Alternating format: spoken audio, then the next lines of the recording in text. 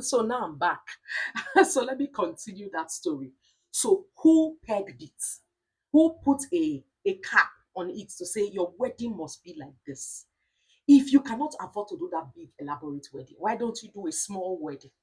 I've always said there's nothing. You see, wedding. You see, after you have turned all the heads that you want to turn, you are going to, people are still going to forget. Somebody is still going to come up again that will do a wedding that beats your own hands down.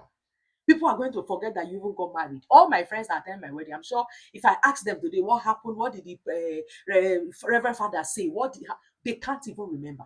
What color of dress, wedding dress was I? Nobody can remember. Do you understand? Have a discussion, an honest discussion with your husband to be. Don't say because he's the one that wants to marry you. So everything. No. You see, wedding is just one part. The marriage is still way ahead. If he's willing to spend all this money, what are the questions you're supposed to ask? If you're honest with yourself and you're not a greedy person, what's the plan for after? This is your house you are living. You know, when I get married now, I will give birth. I will do. What's the plan?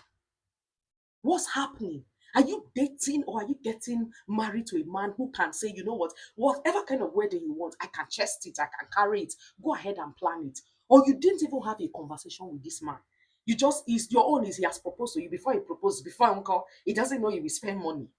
Can you spend your own hard-earned money on flamboyant of on that kind of wedding? Can you spend your own money? And then some of you will come and say, hey, this one you are saying, and may it not. Listen, listen. If nobody will tell you, we will tell you. Wedding is good. I'm not saying wedding is not good, but plan your wedding according to your pocket. There's a saying that goes that cut your coat according to your size. Don't put pressure on yourself and the poor man you are going to get married to. Don't let him start. See, I tell a lot of women, it's on their wedding days that their marriages actually came to an end. You see that whole planning of your wedding, your marriage has already ended because you are displaying all sorts of character, because you want to have a wedding that should not flop. Your cake should be the talk of the town. You will talk to your husband anyhow. Look at that lady now. The mother-in-law slapped me. I slap her on wedding day. A lot of you, this one's own was even physical. Like they knew the wedding will not go on. Some of you, the man will not say anything, but he knows that this woman, I have already made the mistake to get to this point that I'm in. No problem. At some point in this marriage, I will walk away on your wedding day. How can you be fighting? Your bridesmaid gathered money. Was it not supposed to be for good? And gave it to you, and the man said, bring them. Why don't you sit down?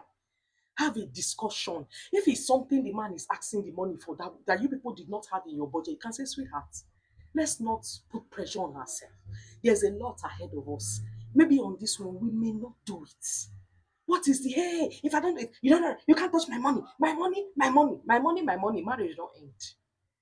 Those same bridesmaids will sit down to laugh at you. You will cry to them. They say, don't mind that foolish man. You will find a better man. Is it easy to that talk, that thing they have said? Is it so easy? A man you are falling in love with, you have planned your wedding, planned everything. Suddenly, the marriage has, and some will tell you, move on. The moving on, when they say move on, move on, move on, when they tell you like that, is it as easy as they say it? Do you know all the plans, your parents, the way they are feeling, that you are telling them now because of 1 million naira? Wedding had to plan for a wedding had to come to an end. Did it have to get to this point? And now all of you want to tag me who is right, who is wrong. But sometimes I just wonder. They say money is good, but it's the root of all evil. The money now has ended because I'm sure you are in love with that man. That's why you agreed to marry him. The same man you are in love with cannot say, bring money, let's use it. You would scatter everywhere because you are already, that mindset is already, this is my money. We shouldn't plan. But the wedding is being planned by the man's money. And then you want to be entitled to say, after all, the wedding should be done by the man.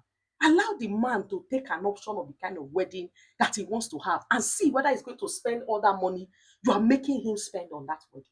Sometimes we just need to sit down and look at things holistically. Can my man afford what I want? Now, if you are so big on weddings and you are dating a man that obviously cannot, you have two options. It is either you say, sweetheart, I will bring the money so that I can have the dream wedding, the wedding of my dreams, but know that it's going to wait for you in front. Or you simply quit that relationship. Not a big deal. So that I can't marry you because you are not going to give me my dream wedding. I see a lot of people now breaking relationships just because a kind of wedding that they want cannot happen. One said she told her fiance that if you don't propose to me in a big mall or in an airport or this, I won't marry. And the man said, I'm not that kind of person. I don't like to be loud. I will propose to you. Your ring is here, everything. She said, no. If it's not that kind of proposal, what's important to you?